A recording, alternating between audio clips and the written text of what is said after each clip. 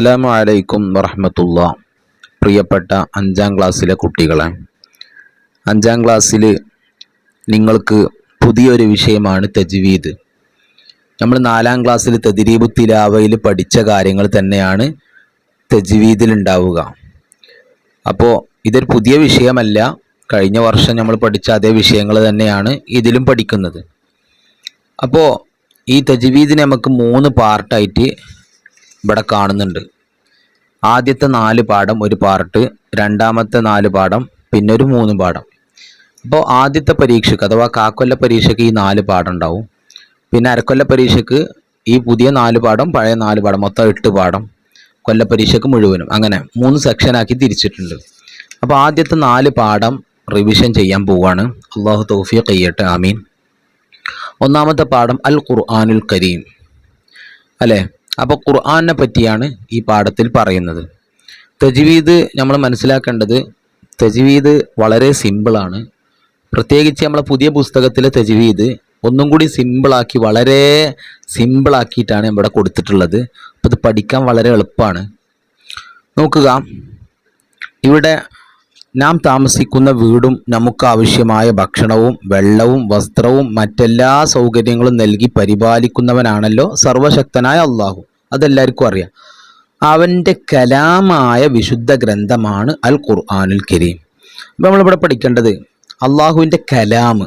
അള്ളാഹുവിൻ്റെ ഖുർആനെ പറ്റി എന്താ പറയുന്നത്? അള്ളാഹുവിൻ്റെ കലാം. അപ്പോൾ അള്ളാഹുവിൻ്റെ കലാമാണെന്ത്? വിശുദ്ധ ഗ്രന്ഥമായ അൽ ഖുർആനുൽ കരീം. പിന്നെ സർവർക്കും, എന്ത് സർവർക്കും എന്ന് പറഞ്ഞാൽ എല്ലാവർക്കും വഴികാട്ടിയായി മുത്ത് നബി സല്ലല്ലാഹു അലൈഹി വസല്ലമ തങ്ങൾക്ക് അവതരിപ്പിക്കപ്പെട്ടതാണ് പരിശുദ്ധ ഖുർആൻ. എല്ലാവർക്കും അറിയാം, നബിക്കാണ് എന്ത് ചെയ്തിട്ടുള്ളത്? ഖുർആന് ഇറക്കിയിട്ടുള്ളത്. സർവർക്കും വഴികാട്ടിയാണ്. സർവർക്കും എന്ന് പറഞ്ഞാൽ എല്ലാവർക്കും. പിന്നെ അത് നബി സല്ലല്ലാഹു അലൈഹി വസല്ലമയുടെ ഏറ്റവും വലിയ മുഅ്ജിസത്താണ്. ഇത് പ്രധാനപ്പെട്ട ചോദ്യമാണ്. നബി സല്ലല്ലാഹു അലൈഹി വസല്ലമ തങ്ങളുടെ ഏറ്റവും വലിയ മുഅ്ജിസത്താണ് എന്താണ്? ഖുർആൻ. അടുത്തത്, റമളാൻ മാസത്തിൽ മക്കയിലെ ഹിറാ ഗുഹയിലാണ് വിശുദ്ധ ഖുർആൻ അവതരിപ്പിക്കപ്പെട്ടത്. അതായത് ഹിറാ ഗുഹ എന്ന് പറഞ്ഞിട്ടൊരു ഗുഹ നമ്മൾ പഠിച്ചിരുന്നു 4ാം ക്ലാസ്സിൽ അല്ലേ. അപ്പോൾ ആ ഹിറാ ഗുഹയിൽ വെച്ചുകൊണ്ടാണ് വിശുദ്ധ ഖുർആൻ എന്ത് ചെയ്ത് ഇറങ്ങിയത്. അതിൻ്റെ തുടക്കം നബി സല്ലല്ലാഹു അലൈഹി വസല്ലമ തങ്ങൾക്ക് അപ്പോൾ 40 വയസ്സായിരുന്നു. അപ്പോൾ നബി തങ്ങളുടെ വയസ്സ് എത്രയാണ്? 40. അഥവാ നുബുവത്ത് കിട്ടിയ 40 അല്ലേ? അതന്നെയാണ് ഈ പറയുന്നത്. തുടർന്ന് 23 വർഷത്തിനിടയ്ക്ക് വിവിധ ഘട്ടങ്ങളിലായി അള്ളാഹുവിൻ്റെ നിർദ്ദേശപ്രകാരം ജിബിരിൽ അലൈഹിസ്സലാം നബി സല്ലല്ലാഹു അലൈഹി വസല്ലം തങ്ങൾക്ക് പാരായണം ചെയ്ത് കേൾപ്പിച്ചാണ് ഖുർആനിൻ്റെ അവതരണം.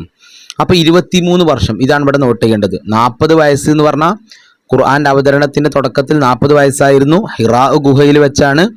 പിന്നെ 23 വർഷം കൊണ്ടാണ് പൂർത്തിയായത്. പിന്നെ ഖുർആൻ പഠിക്കലും പാരായണം ചെയ്യലും ഓരോ മുസ്ലിമിനും അനിവാര്യമാണ്. പഠിക്കണം. എന്താണ്? ഖുർആൻ പഠിക്കലും പാരായണം ചെയ്യലും ഓരോ മുസ്ലിമിനും അനിവാര്യമാണ്. അനിവാര്യമാണെന്ന് പറഞ്ഞാൽ നിർബന്ധമാണ് എന്നർത്ഥം, ഒഴിവാക്കാൻ പറ്റാത്തതാണ്. അടുത്ത്, ഖുർആനിൽ 114 സൂറത്തുകളുള്ളത്. അത് നിങ്ങൾക്കറിയോ? ഖുർആനിൽ എന്താണ്? 114 സൂറത്താണുള്ളത്. പാരായണ സൗകര്യത്തിന് ഖുർആൻ 30 ജുസ് ആയി തിരിച്ചിട്ടുണ്ട്. എന്താ ജുസ് എന്ന് പറഞ്ഞാൽ? അതായത് നമ്മളെ മുസാഫിൽ ഒരു 10 പേജ് എടുക്കുക. ആ 10 പേജ് ഒരു ജുസ്, ഒരു 9 പേജ് അല്ലെങ്കിൽ 10 പേജ്, പിന്നെ അടുത്ത 10 പേജ് വേറെ ജുസ്, അങ്ങനെ ഓരോ ജുസ് ഉണ്ടാവും. അപ്പോൾ 30 ജുസ് കൊണ്ടാണ് എന്ത് ചെയ്യുക? ഖുർആന് പൂർത്തിയാവുക. സൂറത്തുകളിൽ 86 എണ്ണം നബിതങ്ങളുടെ ഹിജറക്ക് മുമ്പ് മക്ക ജീവിതകാലത്ത് അവതരിപ്പിക്കപ്പെട്ടതാണ്. അപ്പോൾ ഒന്നാമത്തെ ചോദ്യം,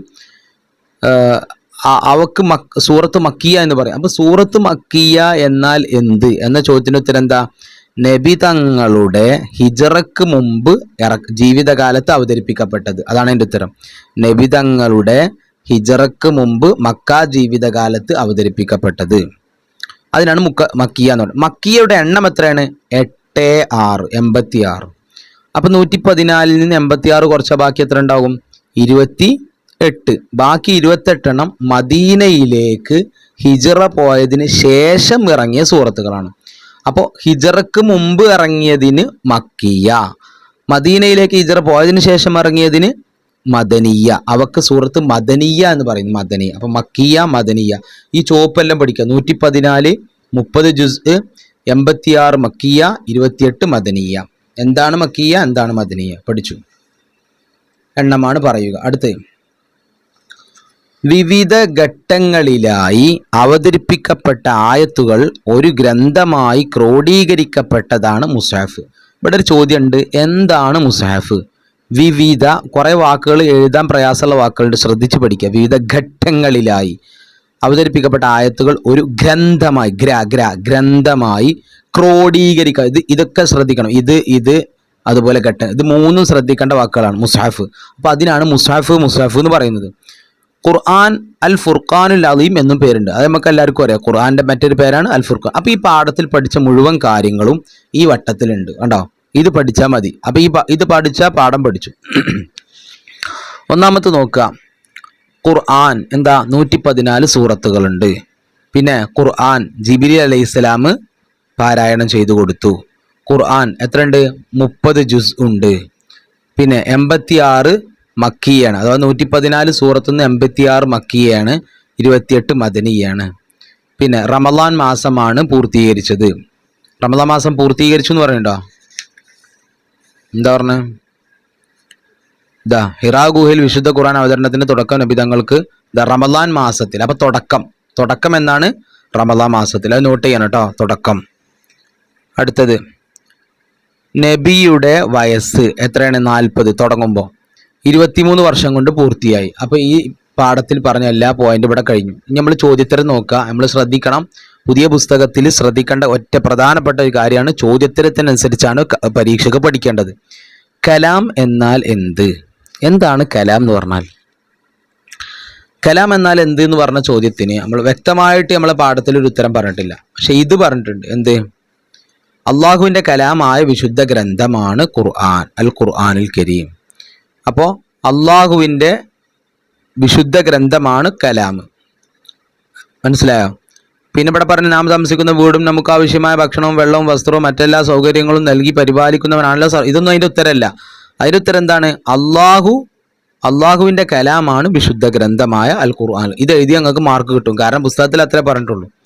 അടുത്ത്, മുസ്ഹഫ് എന്നാൽ എന്ത്? വെരി വെരി ഇമ്പോർട്ടൻറ്റ് ചോദ്യമാണ്, പഠിച്ചു വെക്കണം. ഞാൻ പറഞ്ഞു ഇവിടെ കുറച്ച് വാക്കുകൾ പ്രധാനമായിട്ട് ഇതാണ്. ഇവിടെയാണ് അതിൻ്റെ ഉത്തരം, വിവിധ ഘട്ടങ്ങളിലായി. അടുത്തത്, ഖുർആന്റെ മറ്റൊരു പേരെന്താണ്? ഖുർആന്റെ മറ്റൊരു പേര് എല്ലാവർക്കും സിമ്പിളാണ്, പക്ഷെ എഴുതാൻ പഠിച്ചാൽ മതി. അൽ ഫുർഖാനുൽ അലീം, അൽ ഫുർഖാനുൽ അലീം. അടുത്ത്, നബി സല്ലല്ലാഹു അലൈഹി വസല്ലമയുടെ ഏറ്റവും വലിയ മുഅ്ജിസത്താണ് ഏത്? ഖുർആൻ. ഇനി ഖുർആനിലെ അവസാനത്തെ 9 സൂറത്തുകളുടെ പേര് കണ്ടെത്തി ലിസ്റ്റ് ചെയ്യാനാണ്. അത് നിങ്ങൾ ഖുർആൻ നോക്കിയിട്ട് കണ്ടെത്തി നിങ്ങൾക്ക് കിട്ടും. അപ്പോൾ ഈ പാഠം പഠിച്ചു കഴിഞ്ഞു. ഈ പാഠത്തിൽ ഏറ്റവും പ്രധാനപ്പെട്ടത് ഈ വൃത്താണ്. ഈ വൃത്തത്തിൽ പറയുന്നത്. പിന്നെ മക്കിയ മദനിയ എന്നാൽ എന്ത്? അത് നന്നായി പഠിക്കുക. അതെന്താണ്? നബിതങ്ങളുടെ ഹിജറക്ക് മുമ്പ് ജീവിതകാലത്ത് അവതരിപ്പിക്കപ്പെട്ടത് മക്കിയ, ഹിജറക്ക് ശേഷം മദീനയിലേക്ക് ഹിജറ പോയതിന് ശേഷം ഇറങ്ങിയ സൂറത്തുകൾ മദനിയ. അത് പ്രത്യേകം നോട്ട് ചെയ്യുക. പിന്നെ റമളാൻ മാസമാണ് തുടങ്ങിയത്, അതും നോട്ട് ചെയ്യുക. അടുത്ത, ഇൽമു തജ്വീദ്. ഇവിടെ നമ്മൾ പഠിക്കേണ്ടത് തജ്വീദും ഇൽമു തജ്വീദും വ്യത്യാസമുണ്ട്. മനസ്സിലായല്ലോ? എന്താണ് തജ്വീദ് എന്ന് പറഞ്ഞാൽ ഞാൻ പ്രധാനപ്പെട്ട മാത്രം പറയണം, അല്ലെങ്കിൽ സമയം കുറേ പോകും. തജ്വീദ് എന്ന് പറഞ്ഞാൽ എന്താണ്? അക്ഷരങ്ങളുടെ ഉച്ചാരണ നിയമങ്ങൾ പാലിച്ച് മനോഹരമായി ഖുർആൻ ഓതുന്നതിനാണ് തജ്വീദ് എന്ന് പറയുന്നത്. അപ്പോൾ എന്താണ് തജ്വീദ്? അക്ഷരങ്ങളുടെ ഉച്ചാരണം എന്ന് പറഞ്ഞാൽ അക്ഷരങ്ങൾ വായിക്കുക, നിയമങ്ങൾ പാലിച്ച് മനോഹരമായി ഖുർആൻ ഓതുന്നതിനാണ് തജ്വീദ് എന്ന്. അപ്പോൾ പഠിച്ചില്ലേ? എന്നാൽ ഇൽമു തജ്വീദ് പറഞ്ഞാൽ അതല്ല. എന്താ? ഖുർആൻ പാരായണ നിയമങ്ങൾ ചർച്ച ചെയ്യുന്ന വിജ്ഞാന ശാഖയാണ് ഇൽമു തജ്വീദ്. എന്താ ഈ വിജ്ഞാന ശാഖ എന്ന് പറഞ്ഞാൽ? അതായത് അതിനെക്കുറിച്ചുള്ള അറിവുള്ള കാര്യങ്ങൾ, അതാണ് വിജ്ഞാനം എന്ന് പറഞ്ഞാൽ. വിജ്ഞാന ശാഖയാണ് ഇൽമു തജ്വീദ്. അപ്പോൾ ഖുർആൻ പാരായണ നിയമങ്ങൾ, അതായത് നമ്മൾ ഇവിടെ പഠിച്ച തജ്വീദ് എന്ന് പറഞ്ഞാൽ എന്താ? അക്ഷരങ്ങൾ ഉച്ചാരണ നിയമങ്ങൾ പാലിച്ചോത്, അതിനാണ് തജ്വീദ് അറിയാം. ആ തജ്വീദിന്റെ നിയമങ്ങൾ പറയുന്നതാണ് ഇൽമു തജ്വീദ്. മനസ്സിലായോ? അതായത് ഇപ്പോൾ എന്താണ്? ഇദ്ഗാംബിഹുന്ന, ഇദ്ഗാംബിലാഹുന്ന, അങ്ങനെ കുറേ നിയമങ്ങളുണ്ടല്ലോ. ആ നിയമം പറയുന്നതിനാണ് എന്ത് പറയുക? ഇൽമു തജ്വീദ്. അത് പാലിച്ച് ഓതുന്നതിനാണ് എന്ത് പറയുക? തജ്വീദ് എന്ന് പറയുക. ഓതുന്നതിനാണ് തജ്വീദ് പറയുക. അപ്പോൾ നമ്മൾ ഖുർആന് നന്നായിട്ട് ഓതുന്നുണ്ട്, മണിക്കണ്ടോടുത്ത് മണിച്ച് ചേർക്കണ്ടോടുത്ത് ചേർത്തിയിട്ട് ഓതുന്നുണ്ടെങ്കിൽ അവിടെ തജ്വീദ് അനുസരിച്ച് ഓതി എന്ന് പറയും. അപ്പോൾ ഓതുന്നതിനാണ് തജ്വീദ് പറയുക. ഇൽമു തജ്വീദ് പറഞ്ഞാൽ ഖുർആൻ പാരായണ നിയമങ്ങൾ ചർച്ച ചെയ്യുന്ന വിജ്ഞാന ശാഖയാണ് ഇൽമു. ഇത് രണ്ടും വ്യത്യാസം നന്നായി മനസ്സിലാക്കുക. പരീക്ഷയ്ക്ക് വരാൻ സാധ്യത വളരെ കൂടുതലാണ്. ഇനി ഇനി ഇവിടെ പ്രധാനപ്പെട്ട ചോദ്യം ഇതാണ്, എന്താ? ഖുർആനിലെ ഒരക്ഷരം പാരായണം ചെയ്യുന്നതിന് 10 നന്മ ചെയ്ത പ്രതിഫലം കിട്ടുമെന്ന് മുത്തനബി സ്വല്ലല്ലാഹു അലൈഹി വസല്ലം നമുക്ക് പഠിപ്പിച്ചിട്ടുണ്ട്. ഒരക്ഷരം ഓതിയാൽ എത്രയാണ്? 10 നന്മ. പരീക്ഷയ്ക്ക് വരാറുണ്ട് ഈ ചോദ്യം. ഒരക്ഷരം 10 നന്മ, ഒരക്ഷരം 10 നന്മ. പഠിച്ചില്ലേ? അടുത്തത്, ഈ പുണ്യങ്ങളും മഹത്വങ്ങളും എല്ലാം ലഭിക്കണമെങ്കിൽ ഖുർആൻ അതിൻ്റെ പാരായണ നിയമങ്ങൾ പാലിച്ചുകൊണ്ട് മനോഹരമായി പാരായണം ചെയ്യണം. ഖുർആൻ പാരായണ നിയമങ്ങൾ പാലിച്ച് മനോഹരമായി പാരായണം ചെയ്താലേ ഒരക്ഷരത്തിന് 10 കൂലിയൊക്കെ കിട്ടുള്ളൂ. പിന്നെ ഇത് നമ്മൾ പറഞ്ഞു, ഇത് പഠിക്കലും പരിശീലിക്കലും നമുക്ക് അനിവാര്യമാണ്. ഏത്? തജ്വീദ്. ഖുർആൻ പാരായണ നിയമങ്ങൾ ചർച്ച ചെയ്യുന്ന വിജ്ഞാന ശാഖയാണ് ഇൽമു തജ്വീദ്. അതും പഠിച്ചു. നിയമങ്ങൾ പാലിച്ചുകൊണ്ടുള്ള ഖുർആൻ പാരായണ രീതി മഹാനായ ജിബ്രീൽ അലൈഹിസ്സലാം നബി സല്ലല്ലാഹു അലൈഹി വസല്ലം തങ്ങൾക്കും നബിതങ്ങൾ സ്വഹാബത്തിനും അവർ ശേഷമുള്ളവർക്കും തലമുറകളായി പകർന്നു നൽകി. ഇതൊരു പക്ഷെ പരീക്ഷയ്ക്ക് പൂരിപ്പിക്കാനോ വരാനോ സാധ്യത. അപ്പം എങ്ങനെ വരിക? നിയമങ്ങൾ പാലിച്ചുകൊണ്ട് ഖുർആൻ പാരായണ രീതി മഹാനായ ജിബ്രീൽ അലൈഹിസ്സലാം, ഇവിടെ പൂരിപ്പിക്കണ്ടാവും, ജിബ്രീൽ അലൈഹിസ്സലാം. അപ്പോൾ ജിബ്രീൽ അലൈഹിസ്സലാം ആർക്കാ ഓതിക്കൊടുത്ത്? നബി സല്ലല്ലാഹു അലൈഹി വസല്ലം തങ്ങൾക്ക്. നബിതങ്ങൾ ആർക്കാ ഓതിക്കൊടുത്തു? സ്വഹാബത്തിന്. പഠിച്ചു വെച്ചോ. അവർ ശേഷമുള്ളവർക്ക്, അങ്ങനെ തലമുറകളായി പകർന്നു നൽകിയതാണ്. ഇത് നോട്ട് ചെയ്യണം കേട്ടോ. അടുത്തത്, ഇവിടെ ഫർള് ഐൻ ഏതാണ്? ആ നിയമങ്ങൾ പാരായണത്തിൽ പാലിക്കൽ ഫർള്. എന്താ ഫർള് ഐൻ പറഞ്ഞാൽ? ഫർള് ഐൻ എന്ന് പറഞ്ഞാൽ ഓരോരുത്തരും ചെയ്യണം. ആരെങ്കിലും ഒരാൾ ചെയ്താലും ഒഴിവാകൂല, എല്ലാവരും ചെയ്യണം. അതാണ് പറയണത്. അപ്പോൾ ആ നിയമങ്ങൾ പാരായണത്തിൽ പാലിക്കൽ അഥവാ തജ്വീദ് നിയമം പാലിച്ചോതൽ ഫർള് ഐനാണ്. അപ്പോൾ ഇവിടെ ചോദ്യം എന്താണ്? തജ്വീദ് നിയമങ്ങൾ പാലിച്ച് ഓതൽ എന്താണ്? ഫർള് ഐനാണ്. ഇമാമാർ നമുക്ക് പഠിപ്പിച്ചു തന്നിട്ടുണ്ട്. വിശുദ്ധ ഖുർആനിൽ അള്ളാഹു പറഞ്ഞത് എന്താണ്? ഇത് പഠിച്ചു വെച്ചോ, അത് പൂരിപ്പിക്കാൻ വരും. ഫഇദാ ഖറഅനാഹു ഫത്തബിഉ ഖുർആന, ഫഇദാ ഖറഅനാഹു ഫത്തബിഉ ഖുർആന. ഒരു 2-3 വട്ടം ആവർത്തിച്ചാൽ പഠിക്കും. എന്താണ് അതിൻ്റെ അർത്ഥം? നബി സല്ലല്ലാഹു അലൈഹി വസല്ലം തങ്ങളോട് ജിബ്രീൽ അലൈഹിസ്സലാം ഓതി തന്നത് പോലെ ഓതാനുള്ള കൽപ്പനയായിരുന്നു അത്. അപ്പം എന്താ അള്ളാഹു പറഞ്ഞത്? ജിബ്രീൽ അലൈഹിസ്സലാം ഓതിത്തന്നത് പോലെ ഓതണം. ജിബ്രീൽ അലൈഹിസ്സലാം ഓതിത്തന്നത് പോലെ ഓതാനുള്ള കൽപ്പന. അടുത്ത, ഖിറാഅത്തുൽ ഖുർആനി സുന്നത്തുൻ മുത്തബഅത്തുൻ യൗഖുദുഹൽ ആഖിറു അനിൽ അവ്വലി. ഖുർആൻ ഇതാ പിൻഗാമികൾ എന്താ പിൻഗാമി പറഞ്ഞാൽ? അതായത് ഇപ്പോൾ നമുക്ക് മുമ്പേ മരിച്ചു പോയ ആൾക്കാരുണ്ടാവും, ഓലാണ് മുൻഗാമികൾ, നമ്മൾ പിൻഗാമികളും. അപ്പോൾ പിൻഗാമികൾ മുൻഗാമികളിൽ നിന്ന് പഠിക്കേണ്ടതും അനുകരിക്കേണ്ടതുമായ ഒന്നാണ് ഖുർആൻ പാരായണം, അഥവാ അവരുടെ നിന്ന് കേട്ട് പഠിക്കണം എന്നർത്ഥം. അടുത്തത്, നിയമങ്ങൾ പാലിക്കാത്ത ഖുർആൻ പാരായണം ചെയ്യുന്നത് ഖുർആന്റെ ശാപത്തിന് കാരണമാകുന്ന കുറ്റമാണ്. അപ്പോൾ വളരെ പ്രധാനപ്പെട്ട ചോദ്യം എങ്ങനെയാണ്? നിയമങ്ങൾ പാലിക്കാത്ത ഖുർആൻ പാരായണം ചെയ്യുന്ന ഖുർആനിന്റെ ഡാഷ് ശാപത്തിന് കാരണമാകുന്ന കുറ്റമാണ്. അല്ലെങ്കിൽ തിരിച്ചു ചോദ്യം വരും, ഖുർആന്റെ ശാപത്തിന് കാരണമാകുന്ന കുറ്റമാണ് ഏത്? നിയമങ്ങൾ പാലിക്കാത്ത ഖുർആൻ പാരായണം. നന്നായി പഠിക്കുക കേട്ടോ. ഖുർആൻ പാരായണത്തിന് പ്രത്യേക നിയമങ്ങളുണ്ടെന്നും അവ പാലിച്ചുകൊണ്ട് മാത്രമേ പാരായണം ചെയ്യാവൂ എന്നും ആ ഉസ്താദുമാരിൽ നിന്ന് പഠിക്കേണ്ടതാണെന്നും മുകളിൽ പറഞ്ഞ് അതൊന്നും പ്രധാനപ്പെട്ടല്ല. ഇനി നമുക്ക് ചോദ്യത്തിൻ്റെ ഉത്തരങ്ങൾ നോക്കാം. ഫസ്റ്റ് നോക്കിക്കോ, ഇവിടെ നോക്കിക്കോ. തജ്വീദ് എന്നാൽ എന്തെന്നാ ചോദിച്ചത്, മനസ്സിലാക്കണം. എന്തല്ല? ഇൽമു തജ്വീദ് അല്ല. അടുത്ത ചോദ്യം, എന്താണ് ഇൽമു തജ്വീദ്? കേട്ടോ. അപ്പോൾ ഈ പാഠത്തിൽ ഏറ്റവും പ്രധാനപ്പെട്ട ഒരു പോയിന്റ് ആണത്. അതായത് തജ്വീദ് എന്ത്, ഇൽമു തജ്വീദ് എന്ത്. തജ്വീദ് എന്ന് പറഞ്ഞാൽ എന്താണ്? ഞാൻ ആദ്യം പറഞ്ഞു, ഈ പാഠത്തിൽ ഏറ്റവും പ്രധാനപ്പെട്ടാണ് തജ്വീദ്. അക്ഷരങ്ങളുടെ ഉച്ചാരണ നിയമങ്ങൾ പാലിച്ച് മനോഹരമായി ഖുർആൻ ഓതുന്നതിനാണ് തജ്വീദ് എന്ന് പറയുന്നത്. ഇൽമു തജ്വീദ് പറഞ്ഞാലോ ഖുർആൻ പാരായണ നിയമങ്ങൾ ചർച്ച ചെയ്യുന്ന വിജ്ഞാനം. അപ്പം ഇത് അതുപോലെ ചൊല്ലിപ്പഠിക്കുക, വേറെ ഒരു നിർവാഹമല്ല. രണ്ടാമത്തെ ചോദ്യം നമ്മൾ പറഞ്ഞു. അടുത്ത 3, പാരായണത്തിൽ നിയമം പാലിക്കുന്നതിന് വിധി എന്ത്? എന്താ വിധി പറഞ്ഞാൽ? അതായത് അത് നിർബന്ധമാണോ, സുന്നത്താണോ, അല്ല ചെയ്താൽ കുറ്റം കിട്ടുമോ, കൂലി കിട്ടുമോ, ഹറാമാണോ, ഹലാൽ, അത് പറയാനാണ്. എന്താണ് വിധി? അത് നമ്മൾ പറഞ്ഞു ഫർള് ഐനാണ്. അടുത്ത, ഉസ്താദുമാർ പഠിപ്പിച്ചതുപോലെ തന്നെ ഓതണം എന്ന് അറിയിക്കുന്ന ആയത്ത് ഏതാണ്?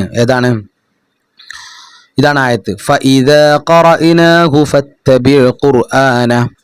അടുത്ത ചോദ്യം, ഖുർആൻ ശപിക്കുമാരെ. കട ഞാൻ പറഞ്ഞ അതേ ചോദ്യം വന്നു. ഖുർആൻ ശപിക്കുമാരെ. ആരാണ് ഖുർആൻ ശപിക്കുക? നിയമങ്ങൾ പാലിക്കാതെ ഖുർആൻ പാരായണം ചെയ്യുന്നത് ആരാണ്? നിയമങ്ങൾ പാലിക്കാതെ ഖുർആൻ പാരായണം ചെയ്യുന്നവരെ. അതാണ് അതിൻ്റെ ഉത്തരം. അടുത്ത ഇവിടെ നോക്കാം, യോജിപ്പിക്കാനാണ്.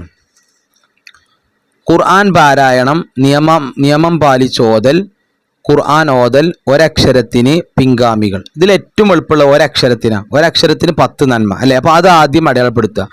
എളുപ്പമുള്ള ആദ്യം അറിയപ്പെടും. ഒരക്ഷരം 10 നന്മ. അടുത്ത് പിൻഗാമികൾ എന്ത് ചെയ്യണം? മുൻഗാമികളിൽ നിന്ന് പഠിക്കണം. ഇവിടെ പിൻഗാമി മുൻഗാമി കണ്ടോ, അത് പെട്ടെന്ന് കിട്ടും. പിൻഗാമി മുൻഗാമി. അപ്പോൾ അത് രണ്ടും കിട്ടിയാലോ. ഇനി അടുത്തെന്താണ്? നിയമം പാലിച്ചോതൽ. നിയമം പാലിച്ചോതൽ എന്താണ്? ഫർള് ഐനാണ്. നിയമം പാലിച്ചോതൽ ഫർള് ഐനാണ്. ഇനി നിങ്ങൾ നോക്കുക, ഇവിടെ 1ഉം 3ഉം നോക്കുക. 1ഉം 3ഉം ഒന്നാണ് അല്ലേ? ഇവിടെ ഖുർആൻ പാരായണം, ഇവിടെ ഖുർആൻ ഓതൽ. ഖുർആൻ ഓതൽ, ഖുർആൻ പാരായണം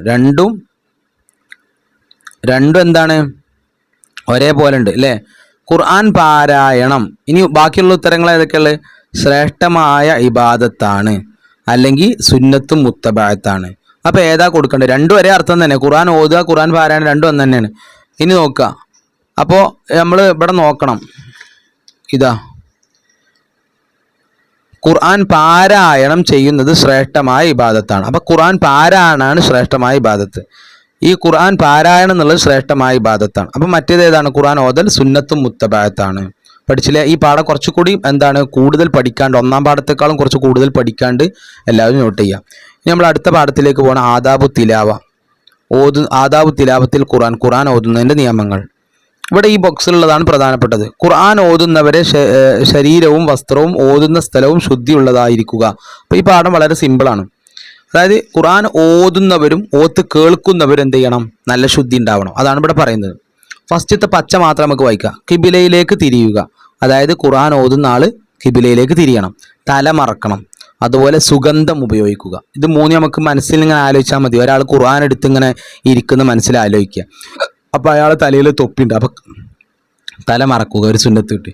അയാൾ കിബിലയിലേക്ക് തിരിഞ്ഞായിരിക്കണം, അപ്പോൾ കിബിലയിലേക്ക് തിരിയുക. പിന്നെ സുഗന്ധം ഉപയോഗിക്കുക. അടുത്ത മിസ്വാക്ക് പറഞ്ഞാൽ പല്ലേക്കുക. അവതും ബിസ്മിയും കൊണ്ട് തുടങ്ങുക. അത് നമുക്ക് എല്ലാവർക്കും അറിയാം. അവതും ബിസ്മിയും തുടങ്ങിയിട്ടാണ് നമ്മൾ ഓതൽ. അപ്പോൾ അവതും ബിസ്മിയും കൊണ്ട് തുടങ്ങുക. അപ്പോൾ ഇതിൽ എളുപ്പമുള്ളതാണ് തല മറക്കുക, അവതും ബിസ്മിയും കൊണ്ട് തുടങ്ങുക, പല്ലേക്കുക. ഇത് നമുക്ക് ഓർമ്മ ഉണ്ടാവും. ഇത് തല മറക്കുക, അവതും ബിസ്മിയും കൊണ്ട് തുടങ്ങുക. ഇത് രണ്ടും എളുപ്പമുള്ള ഓർമ്മ ഉള്ളതാണ്, അത് ഓർത്ത് വെക്കുക. അടുത്ത തൗബ സൂറത്തിൽ ബിസ്മി ഓതരുത്. ഇത് പരീക്ഷയ്ക്ക് പൂരിപ്പിക്കാൻ വരാൻ സാധ്യതയുണ്ട്. തൗബ സൂറത്തിൽ ബിസ്മി ഓതരുത്. ഡാഷ് സൂറത്തിൽ ബിസ്മി ഓതരുത്. തൗബ സൂറത്തിൽ. അള്ളാഹുവിനെ കുറിച്ചുള്ള ചിന്തയിലും താഴ്മയോടെയും ഭയഭക്തിയോടെയും പാരായണം ചെയ്യുക. ഇതും പൂരിപ്പിക്കാൻ വരാനാണ് സാധ്യത. അള്ളാഹുവിനെ കുറിച്ചുള്ള ചിന്തയിലും താഴ്മയോടെയും ഭയഭക്തിയോടെയും പാരായണം ചെയ്യുക. അടുത്ത പച്ച നോക്കുക. അർത്ഥം ചിന്തിച്ച് സാവധാനം പാരായണം ചെയ്യുക. അടുത്ത് മനോഹരമായ ശബ്ദത്തിലും ശൈലിയിലും പാരായണം ചെയ്യുക. ഇവിടെ ഉണ്ട് കുറച്ച് പഠിക്കാൻ. എന്താ? സജദയുടെ ആയത്തുകൾ ഓതിയാൽ എന്ത് ചെയ്യണം? തിലാവത്തിൻ്റെ സുജൂദ് ചെയ്യണം. പഠിച്ചു വെച്ചോ. സജദയുടെ ആയത്തുകൾ ഓതിയാൽ തിലാവത്ത്. അപ്പോൾ തിലാവത്തിൻ്റെ സുജൂദ് ഡാഷ് എപ്പോഴാ? സജദയുടെ ആയത്തുകൾ. സജദയുടെ ആയത്തുകൾ. സജദയുടെ ആയത്തുകൾ. അത് പഠിച്ചു. അടുത്ത് സുജൂദ് ചെയ്യാൻ സാധ്യമല്ലെങ്കിൽ എന്ത് ചെയ്യണം? സുബ്ഹാനല്ലാഹി വൽഹംദുലില്ലാഹി വലാ ഇലാഹ ഇല്ലല്ലാഹു അല്ലാഹു അക്ബർ എന്ന് 4 തവണ ചൊല്ലുക. എന്താണ്? ഒരാൾക്ക് സുജൂദ് ചെയ്യാൻ കഴിയുന്നില്ലെങ്കിൽ എന്ത് ചെയ്യണം? സുബ്ഹാനല്ലാഹി വൽഹംദുലില്ലാഹി വലാ ഇലാഹ ഇല്ലല്ലാഹു. ഇത് പൂരിപ്പിക്കാൻ വരാൻ സാധ്യത വളരെ വളരെ കൂടുതലാട്ടോ. അത് പഠിച്ചു വെക്കുക. അടുത്ത ഓത്ത് കേൾക്കുന്നവർ പാലിക്കേണ്ട ചില മര്യാദ. അപ്പോൾ ഈ നേരത്തെ ഓതുന്നവർ പാലിക്കേണ്ട പറഞ്ഞത്. ഇനി ഓത്ത് കേൾക്കുന്നവർ എന്താണ്? ശ്രദ്ധയോടെ കേൾക്കുക, അർത്ഥം ചിന്തിച്ച് അതിലുള്ള ഉപദേശങ്ങൾ സ്വീകരിക്കുക, സജദയുടെ ആയത്തുകൾ കേട്ടാൽ തിലാവത്തിൻ്റെ സുജൂദ് ചെയ്യുക, ഓതുന്നവൻ്റെ സാന്നിധ്യത്തിൽ വെച്ച് തമാശ, ചിരി, അന്യ സംസാരം പോലെയുള്ളവ ഒഴിവാക്കുക.